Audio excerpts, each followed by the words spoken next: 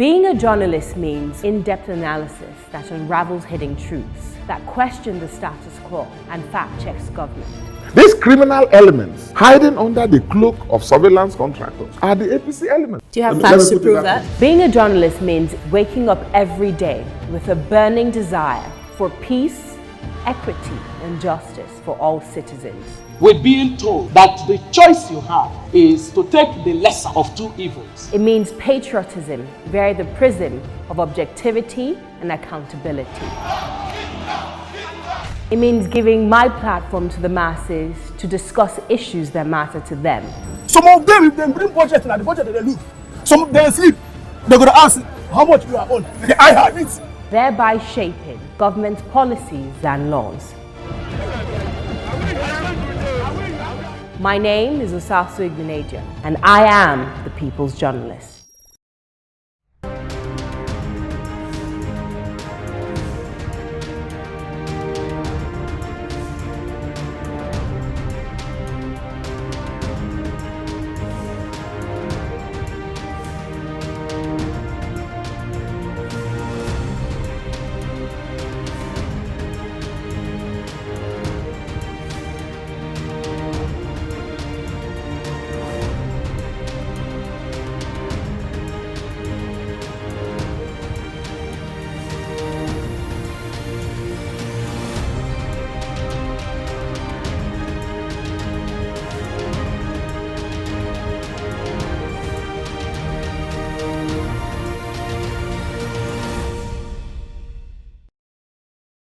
North to South Africa,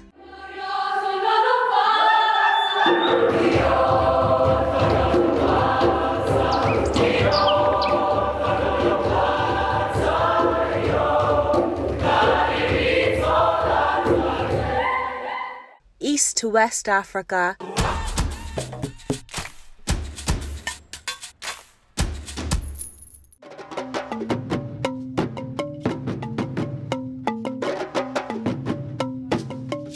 TOS TV Network is your digital-first Pan-African news network, bringing you news from across the continent.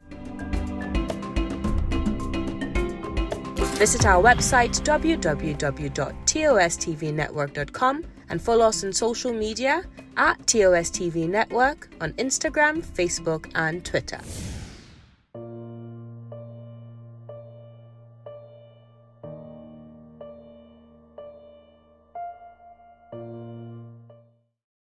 With a burning desire to bridge the communication gap between citizens and leaders while promoting accountability, the Osasu Show have engaged entrepreneurs, captains of industries, politicians, public servants, philanthropists, and professionals in various spheres of life.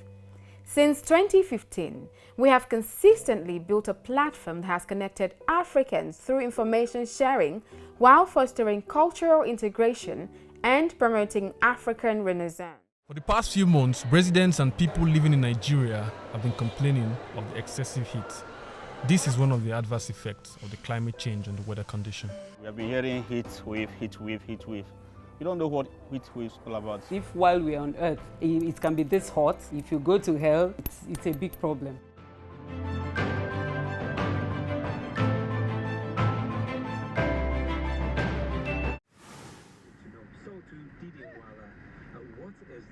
In this documentary, we will be finding out more about the heat waves, the cause, the most affected areas, the effects, and how we can survive this period. We will be discussing with experts and residents, giving them an opportunity to share their thoughts on the issue.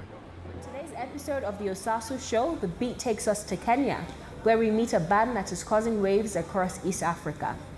Meet Sauti Sol, the four-man band that traces its roots back to Upper Hill School, where most of them studied. With 3 albums under their belt, successful tours in Africa and Europe, several glittering awards, the four-man band Bien, Savara, Polycarp, and Chimano have the world in their palm, or in this case, on their feet.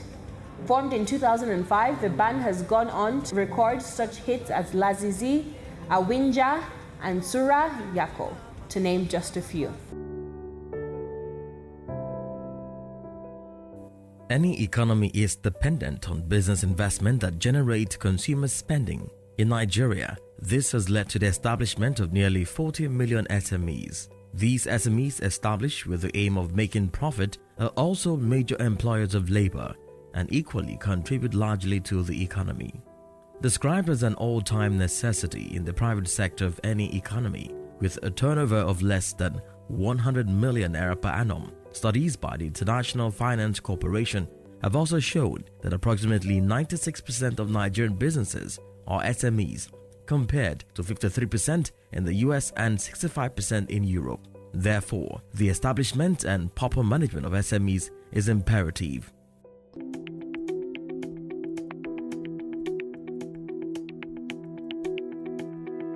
Once upon a time, agriculture was the mainstay of the Nigerian economy. It was then the highest earner of foreign exchange for the country. Despite fluctuations in world prices, agriculture was contributing 85% of Nigeria's foreign exchange earnings and represented almost 70% of total exports, generating about 80% of our GDP in the 1960s, according to a report by the Central Bank of Nigeria in the pre-oil boom. 30 years ago, the main contributor to our GDP was agriculture. We had the pyramids, the granite pyramids, and pretty much every other commodity was booming. We had cocoa, and then we found oil. And 30 years later, we find ourselves trying to sort of boost this sector again, sort of restart the sector, and in a bid to not only increase productivity but also create jobs.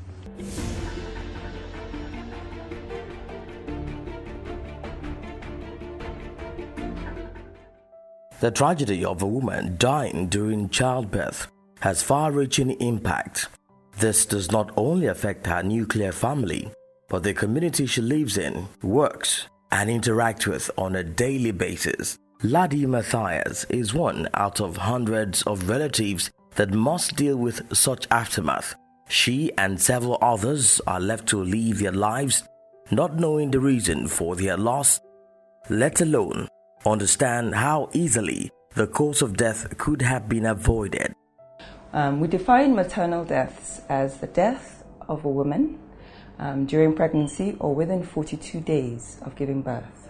So globally, 20% of maternal deaths currently occur in Nigeria. Bola, bola, bola, bola, bola.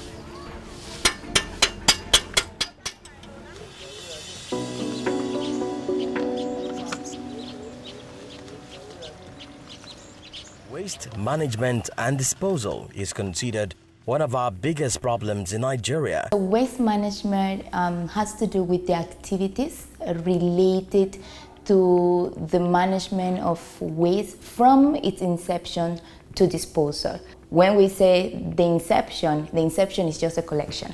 So it goes through a long process of collection, transportation, if you're recycling, then recycling, reprocessing, upcycling, downcycling, whatever you call it. Then at the last source, if it's definitely not useful anymore, then disposal through.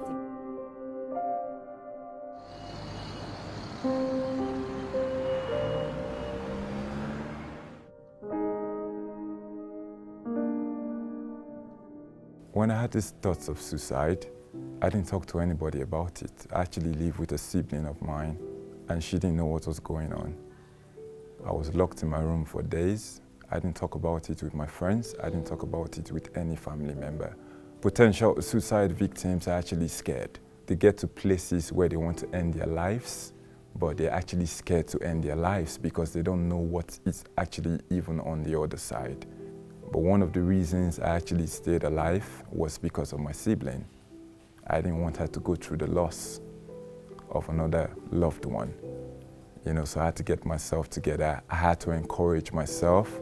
I had to listen to tapes of inspiring messages, tapes of hope, both spiritual and conventional.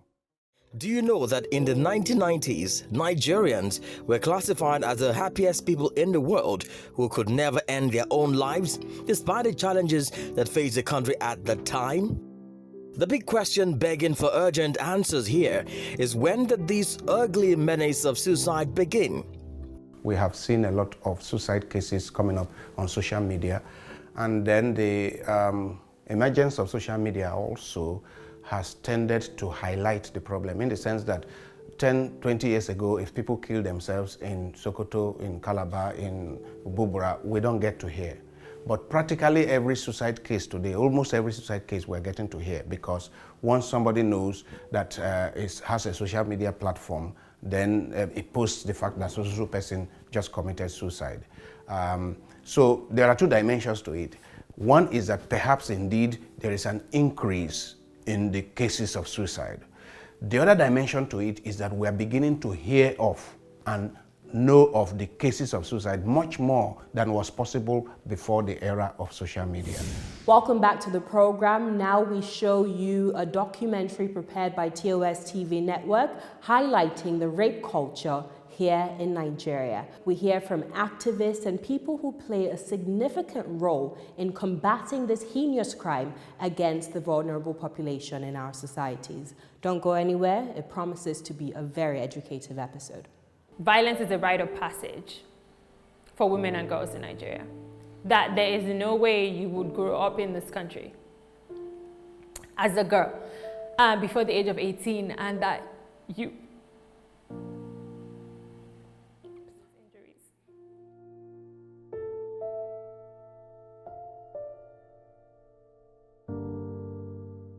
Though the place of consent is reiterated, perpetrators of rape have sadly turned a deaf ear as they continue to take advantage of vulnerable women and children. I think the main reason why we're seeing a scourge in these cases of rape across the country is because people are getting away with it, basically. And until we have a situation where people know you can't commit acts of rape or sexual violence, and you will not be caught and you will not face the consequences, it would continue. I know there's a lot of debate around now, maybe it's just better reporting, or people are more confident sharing those cases. But I will tell you this, for someone who has been working in this sector for over 15 years, what we are seeing is not just because people are reporting more. They are more heinous, they are more grievous, and it's because people have been getting away with it for many years.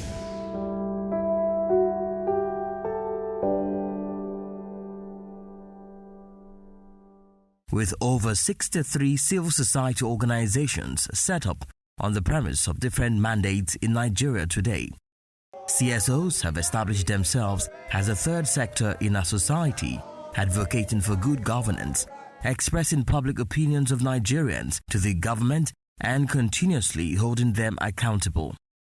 Civil society organizations are a group of persons who are organized in a formal way. However, for me, I think that the entire non-governmental space is referred to as a civil society.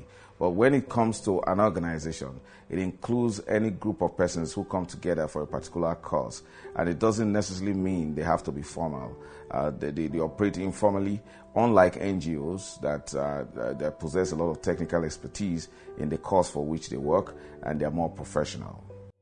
The Osasu show prides itself as a household name that has impacted more than 10 million homes in Nigeria and across Africa, with a focus on the promotion and implementation of sustainable development.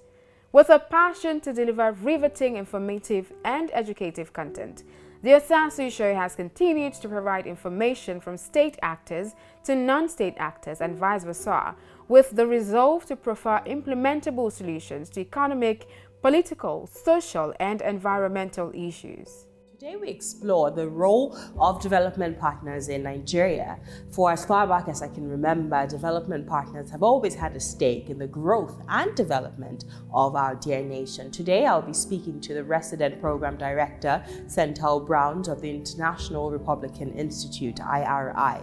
He'll be speaking to us about their objectives and what they are doing in Nigeria. Our main objective is working with political parties, mostly to increase participation in political parties by youth, women and persons with disabilities, and then also to strengthen the political party's ability to behave like a political party.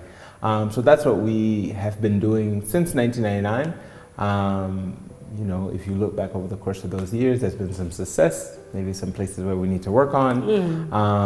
But I think, you know, that gives us leverage for moving forward in the next 4 years. And what we hope to do in the next 4 years is really to localize politics. We want to take it away from Abuja, and we want to take it back to kind of the grassroots, as people like to say. And so a lot of our work in the next 4 years will be trying to connect political parties with their elected officials at the state level. So we'll be doing a lot of work at the state level trying to bridge the gap that exists between political parties and elected officials. Because we all know in Nigeria that once you become the candidate, you kind of distance yourself from the party, you kind of run on your own platform, you do your own thing, you hire your own agents.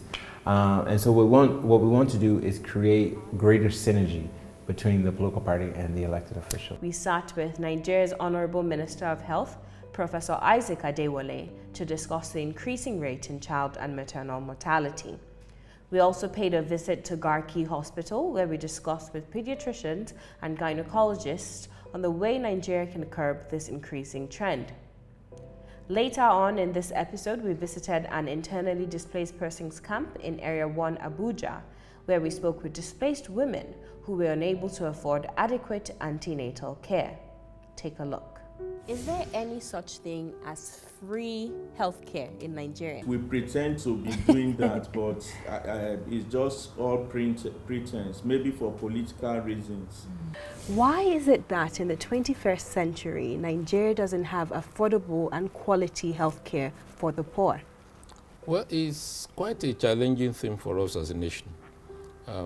But being on this seat, I would not want to look too much to the past.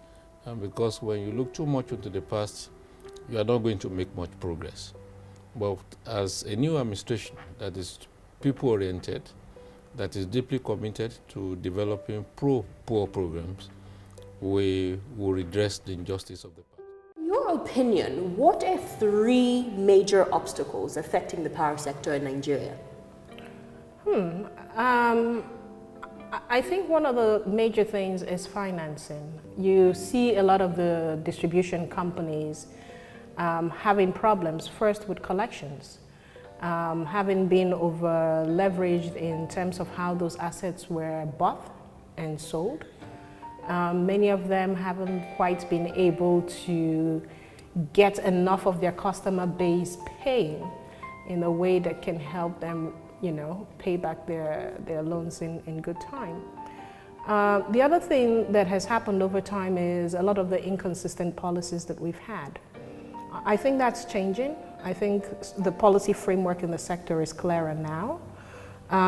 But those inconsistencies of the past has created decades of mistrust, so that investors who should be coming into the sector and should have been in the sector the past 10, 15, 20 years are still shy and wondering whether these ones would last.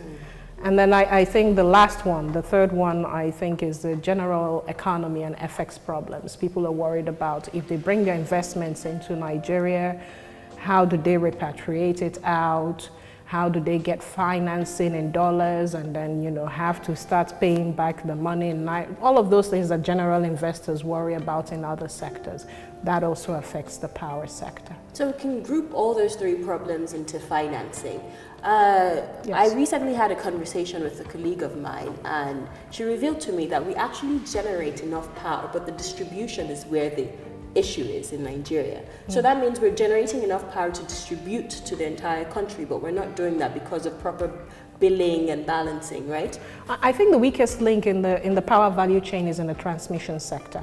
Sir, what is your ideal Nigeria?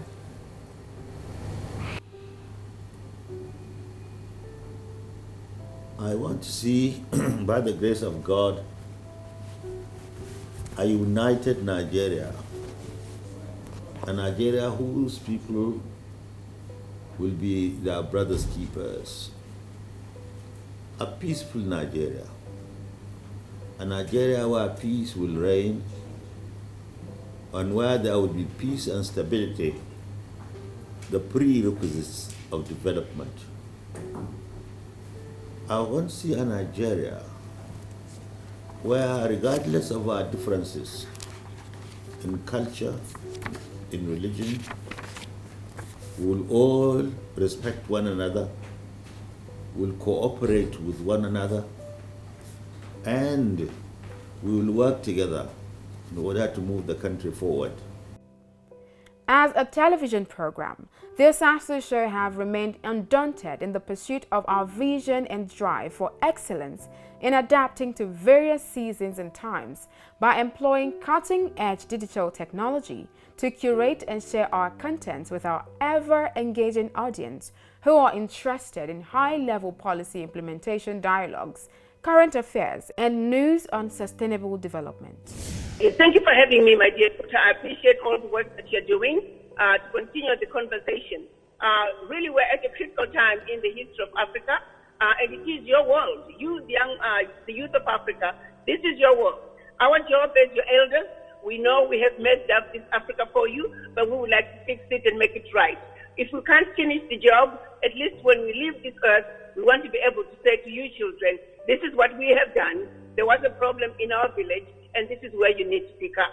With over 6 years under our belt, the Osasu Show remains inspired and energized to take the journey of bringing you premium content, promoting sustainable development, economic growth, quality infrastructure, improved health and well-being for all, irrespective of social class, with a touch of excellence and professionalism.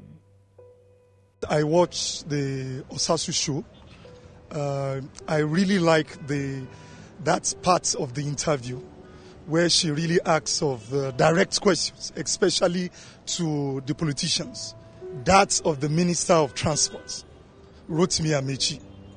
That was very, very engaging. I watch Osasu Show. My favorite moment of the show is when issues of women are discussed. Issues of women that has to do with women empowerment, women in politics, how women are being treated as the underdogs in politics. The men are taking over the whole show of politics, and the women are not given their right position in the show. I watch your Osasu Show. I actually like the way she interviews the masses and then try to know the problem going on in the country. I think I remember one interview she did in the market, and she was asking a man a question, and then the way the man was answering it was actually really funny. And my favorite part of the show is the political engagement, where she gets to get the politicians, engage them into conversations. All right, shout out to the Osasu Show team. You guys are doing a great job. Happy anniversary.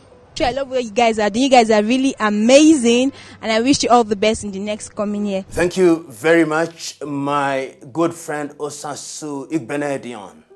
You are a good midwife for a process that will make Africa the great continent that it is. I want to urge Nigerians to continue to watch Osasu Show, which will be very informative. Keep watching Osasu Show. As a matter of fact, it's the best show so far, so good. Continue to watch the Osasu Show. I want you to keep watching the Osasu Show because it is special. Keep watching the Osasu Show. She's absolutely brilliant. The Osasu Show, anchored by the new improved Chief Osasu Igbenedion. I recommend it to each and every one of us. I'm on the set of the Osasu Show. Keep watching the Osasu Show. I want to call on Nigerians, home and abroad, and international community to keep watching Osasu Show. Fantastic show for that matter, anchored by a thoroughbred professional who has traveled far and wide to bring governance closest to the people. North to South Africa,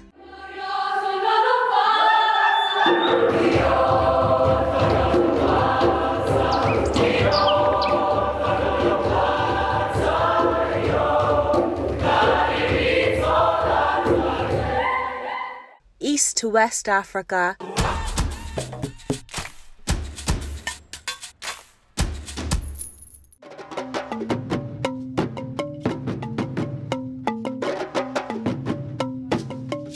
TOS TV network is your digital-first Pan-African news network, bringing you news from across the continent. Visit our website www.tostvnetwork.com and follow us on social media at TOS TV Network on Instagram, Facebook, and Twitter.